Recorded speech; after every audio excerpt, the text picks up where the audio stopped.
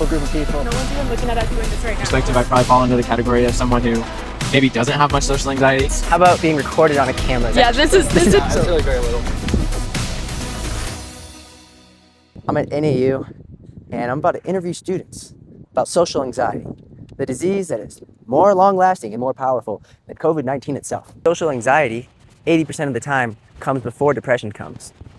So if this thing is so common and so deadly, how is it we all have it and we all hide from it? Perhaps these wise college students will have answers.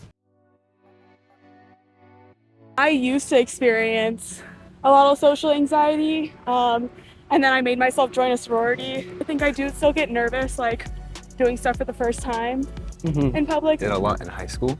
I started like rushing a lot of fraternities and like Okay. talking to a lot of like brothers and stuff, going out of your like personal bubble. You know what I mean? Yeah. I feel like that really helps. If you just like stay in your comfort zone, you're not gonna go anywhere. I'd say it's more about a fear of like being judged, I feel like. Yeah. So that's like really what brings down my social anxiety in public. But in like a way of approaching it, like I have a girlfriend, so like approaching a girl like wasn't that hard. It's like I said, like really all you gotta do is just introduce yourself, and it's not that hard to be honest. But I feel like public speaking is more of like where the social anxiety kicks in. Man, I just get real sweaty, like my chest gets super sweaty. My social anxiety, I do have it, and when it does come, it comes in times where like I'm in a really big group or a place I don't know with people I don't know. I feel like there's familiarity and like groups and your friends, and when I'm not around them and in a big space, it tends to like really get to me, and I fidget with my hands and I breathe heavily. Even right now, I'm like, I'm constipated, I can't even talk. Yeah. From an outside perspective, I'd probably fall into the category of someone who maybe doesn't have much social anxiety that I do. And it more so comes through in like, I want to be someone that people feel like they can talk to, some people feel like they can be themselves around, but I tend to try to maybe work a little too hard to be that person, and it leads me to thinking a lot about how I'm portraying myself to others. I do. It's mainly when it comes to presenting my thoughts and feelings. It was a lot worse when I was younger. I would just kind of stay in my room, but I've definitely broken out of it a lot more. Beautiful group of people. Do you guys experience social anxiety? Yes. Oh yeah, 100%. Also yes. What triggers you the most socially? Probably public speaking for a presentation in class. I would say that as well. Also, like if I'm first getting to know someone and I'm trying to come up with a conversation. I would also say public speaking is pretty scary. If I'm somewhere where I don't know anyone, I get pretty anxious. I'm Samuel. Cheyenne, Tiana. Question number 1, do you guys experience social anxiety? And if so, which situations are like the worst? This one, right now. I don't experience any social anxiety. I love this guy. Yeah, I feel like very little. Yeah, definitely. Even just like going in like the hot spot to grab food or something. I don't know. I just kind of try to keep to myself and all that. Just because, I don't really want to go up to anyone. Yeah. I'm really bad with social anxiety. I don't really talk a whole bunch, but like if someone talks to me first, I'm gonna yap. Yeah. People are like walking around, it's kind of like headphones on. I kind of do my own little thing. Most of the time here on campus, talking to kids my age, I'd say social anxiety is not really apparent to me.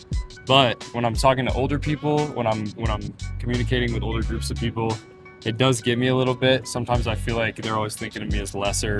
From as long as I can remember, my parents probably ordered for me at restaurants, like until I was like 12. So like, yeah, just speaking to adults has always been kind of a challenge. Brittany, how's it going? Pretty good. Great. Yep. It's a great thing. Okay, which situation specifically kind of trigger your social anxiety? Like speaking in front of like big classes, like doing presentations is bad for me. So like public speaking Yes. stuff. Yes. How about being recorded on a camera? Yeah. This is pretty intense. Yeah. Well, I'm sure as you can see, social anxiety is a crippling disease among the human race. Just know that no one cares, and like you actually have to make yourself talk to people and like make yourself do stuff. Like no one's even looking at us doing this right now.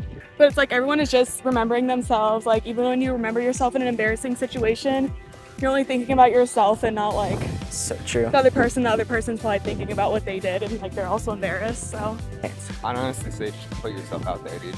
And like that's all it really comes to. You gotta like just.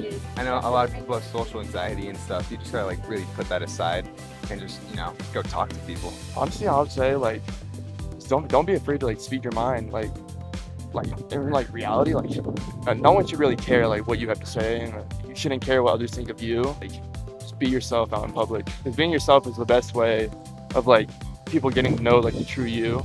Better to be disliked for who you are than to be liked for someone you're not. Yeah. Time aside to like go on walks. Really being around people, you don't even necessarily need to talk to them. I like to go to workout classes.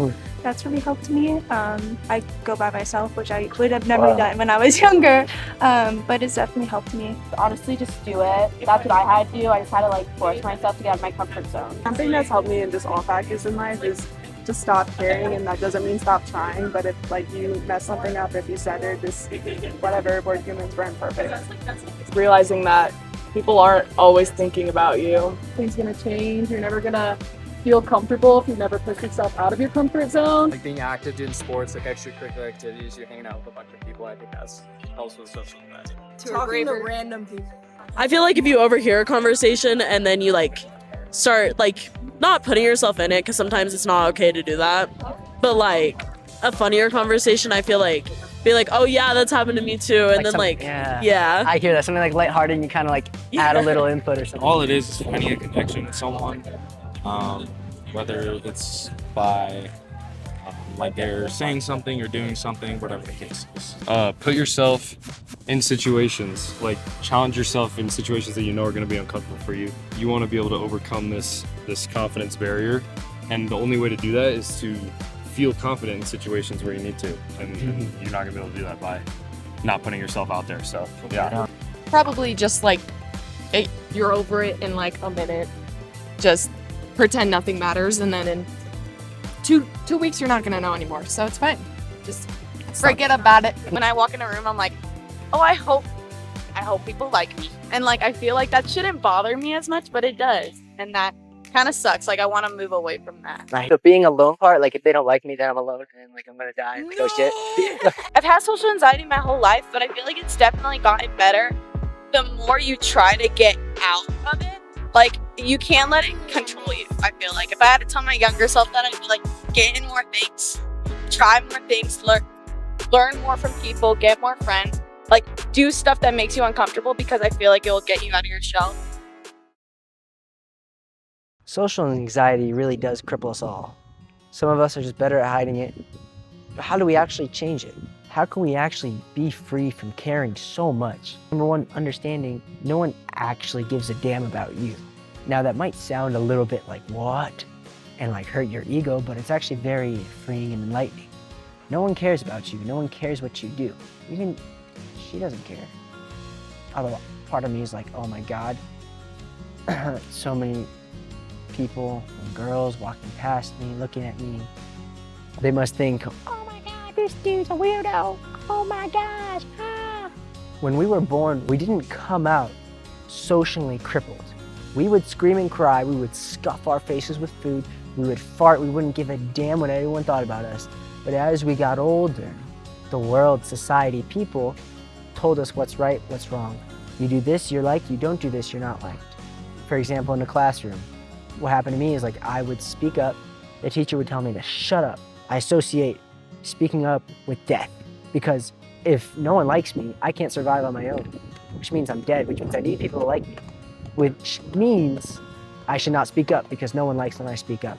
And I stuffed those feelings away because it was so intense. And now I can't speak up because of that trauma that happened then. So the real key is to let go of all these fears and traumas. And the way you do that, for example, right now in this situation where I feel like everyone's looking at me and I'm triggered, you have to allow the sensations that you stuffed down when the event happened to come up and feel them through again. And once you feel them through, emotion, energy, in motion, you let it come up and through, then it's actually gone for good. And that's the difference from desensitizing yourself. When you desensitize yourself, That means you go and talk to 10 people and you're like, okay, you know, I'm comfortable now. But the problem is if you go in your room and don't talk to anyone for a month, you're back to square one, you're back to being crippled.